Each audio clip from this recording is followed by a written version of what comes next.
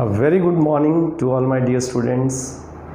Now let's begin our topic of poverty, which we are discussing already. And now we are going to start with a new topic of the same chapter. Today we are going to discuss with causes of poverty.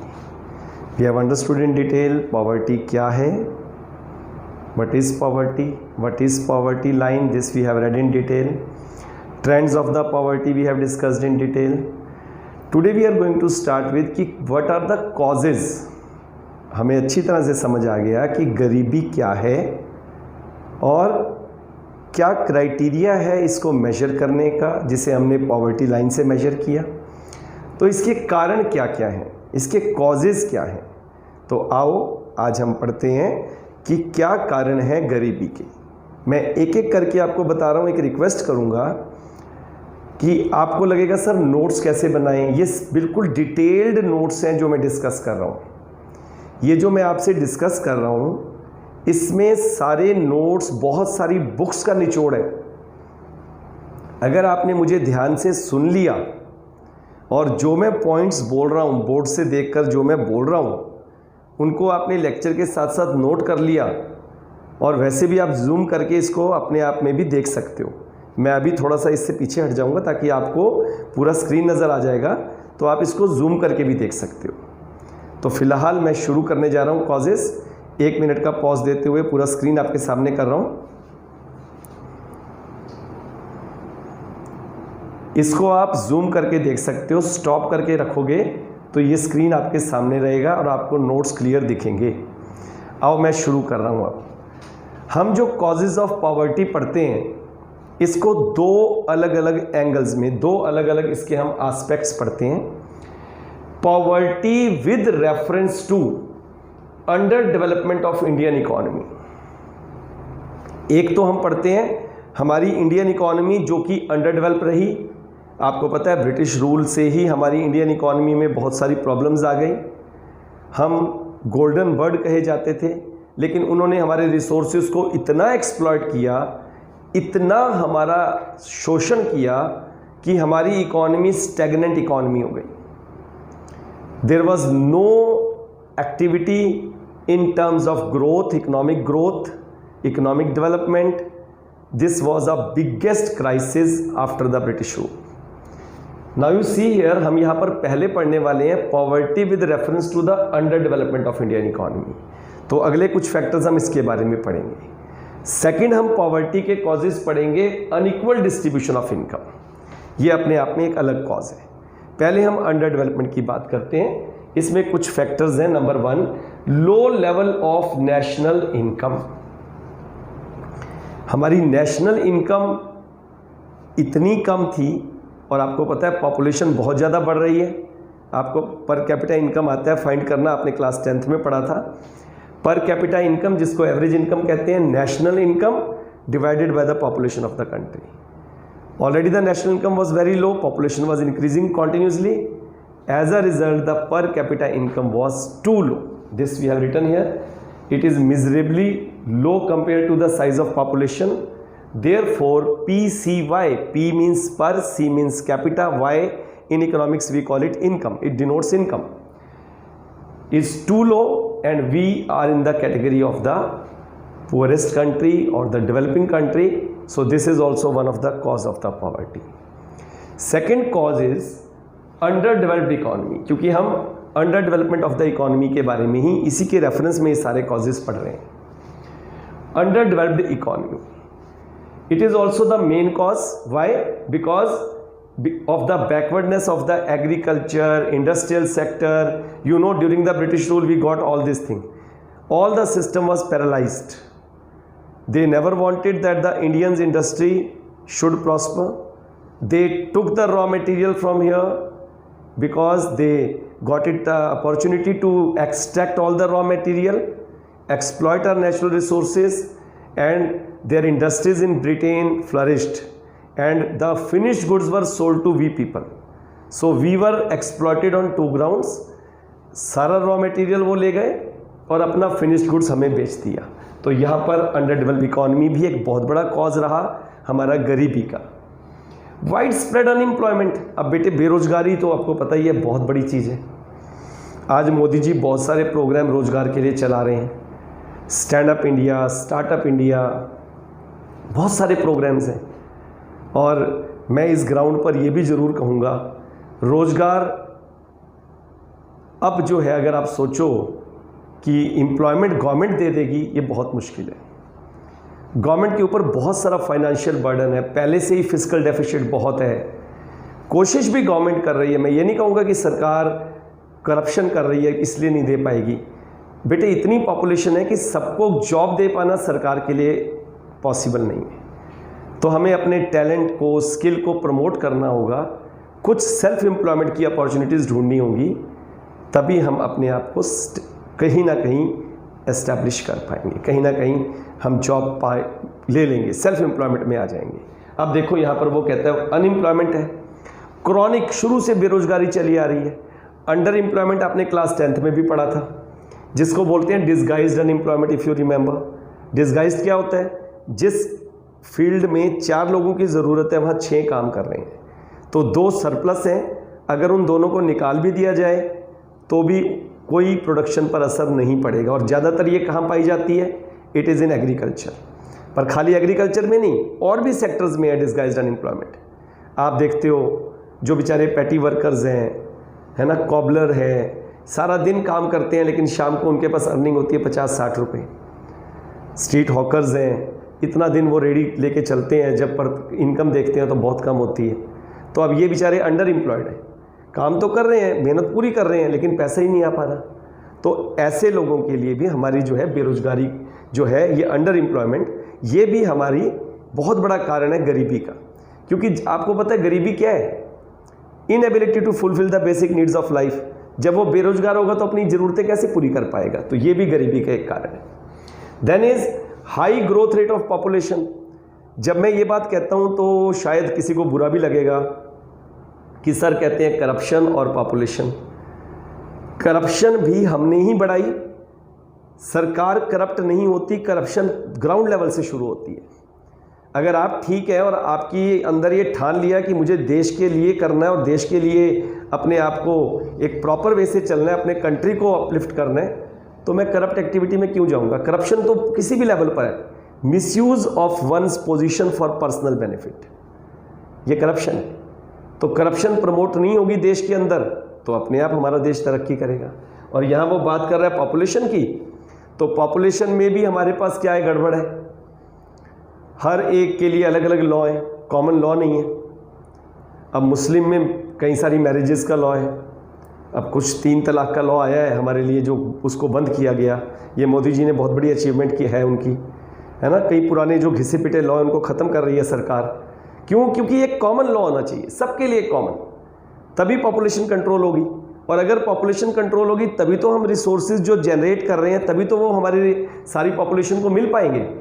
अगर हम 10 नई चीज़ें बना रहे हैं और 100 पैदा हो गए तो फिर 90 की तो स्केर्सिटी रह गई, कमी रह गई, और ये डेफिशिएंसी कभी फिलअप हो नहीं सकती।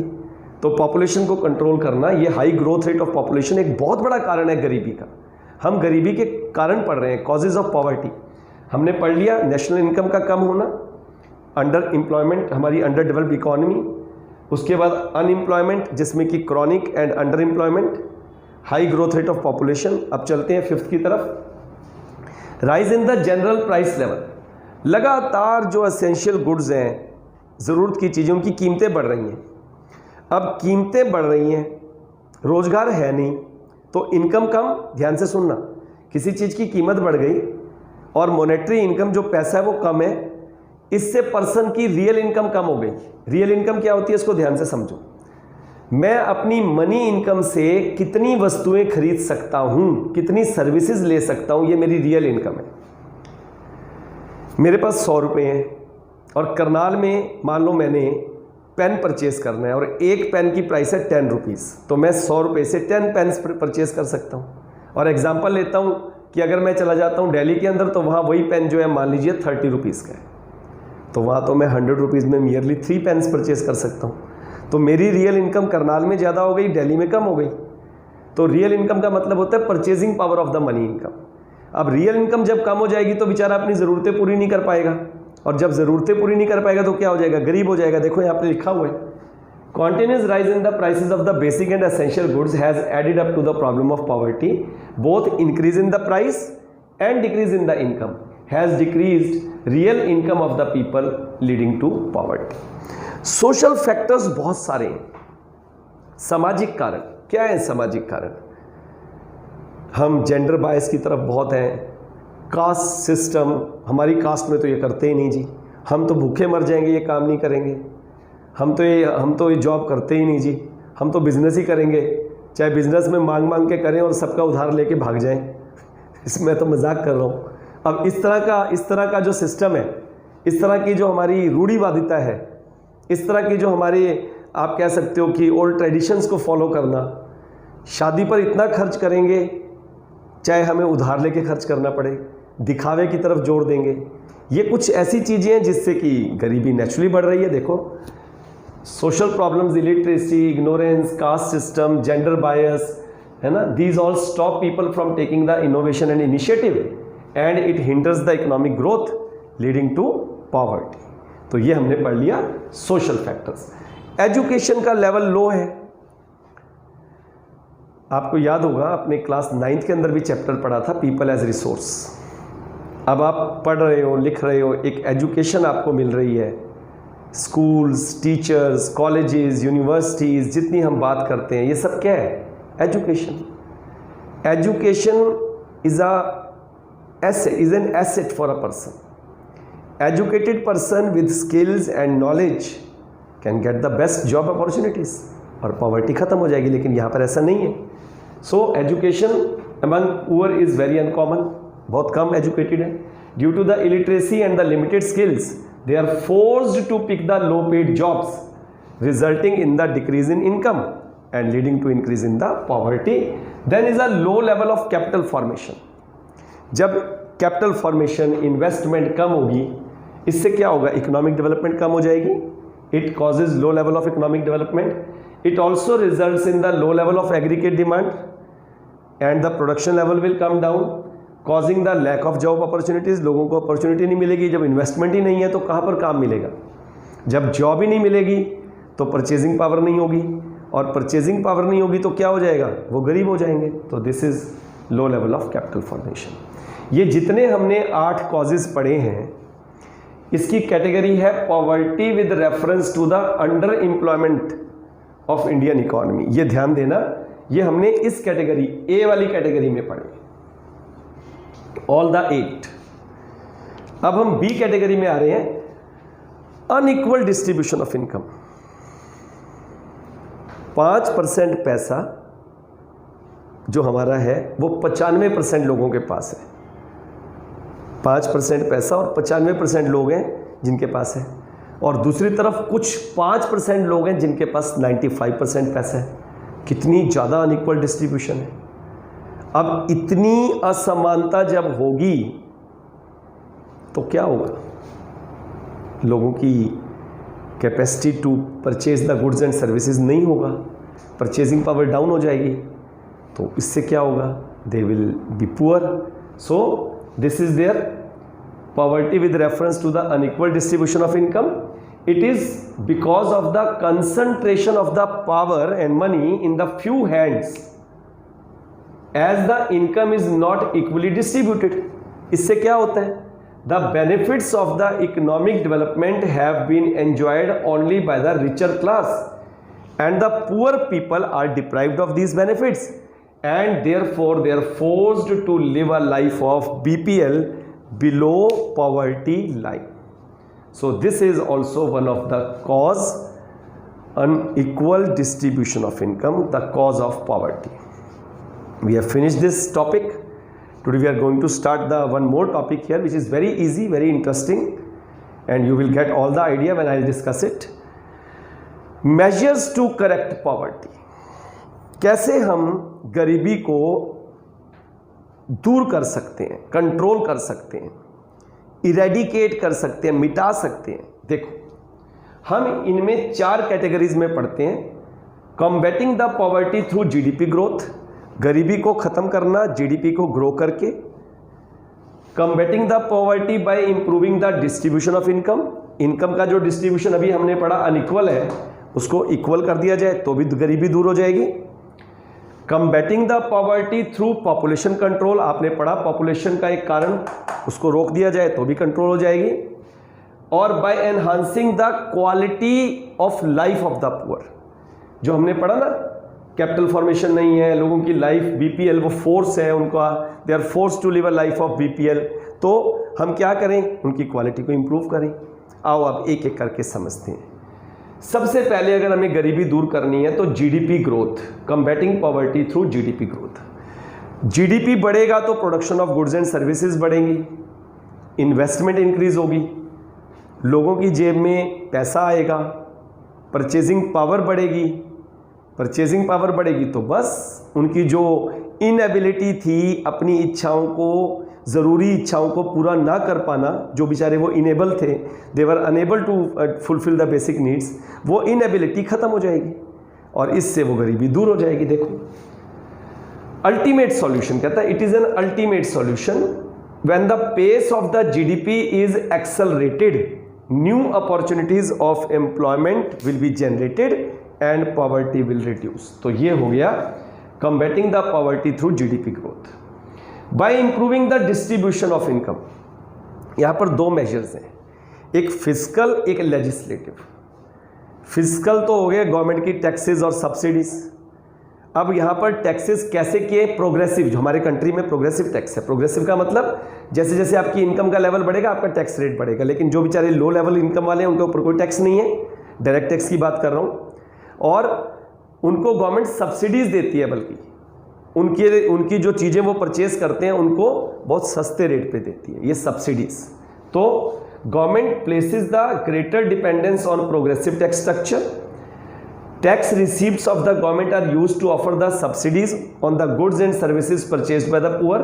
And third is capital grants, किन के लिए, for the poor, for construction of their houses, for some self employment opportunities. इससे गरीबी दूर हो जाएगी। ये हमने पढ़ लिया बाय इंप्रूविंग द डिस्ट्रीब्यूशन में फिस्कल मेजर। तो ये हमारा फर्स्ट इसका ए पार्ट हो गया फिस्कल। अब हम बी की बात करते हैं, लेजिस्लेटिव। कुछ ऐसे कानून गवर्नमेंट बना दे जिससे कि गरीबों को कुछ उनकी ज़रूरत का पैसा मिले और वो अपनी गरीबी, उस जो गरीबी का जीवन जी रहे हैं, वो जो उस हम कहते हैं पॉवर्टी लाइन से बिलो हैं, उनसे वो अबव आ जाएंगे। कैसे, देखो मिनिमम वेज एक्ट, इतनी न्यूनतम मजदूरी मिलनी चाहिए। अब सरकार ने बना दिया, इससे कम कोई दे नहीं पाएगा तो नेचुरली उनको मिलेगी, तो वो गरीबी से बाहर आ जाएंगे। तो गवर्नमेंट ने मिनिमम वेज एक्ट।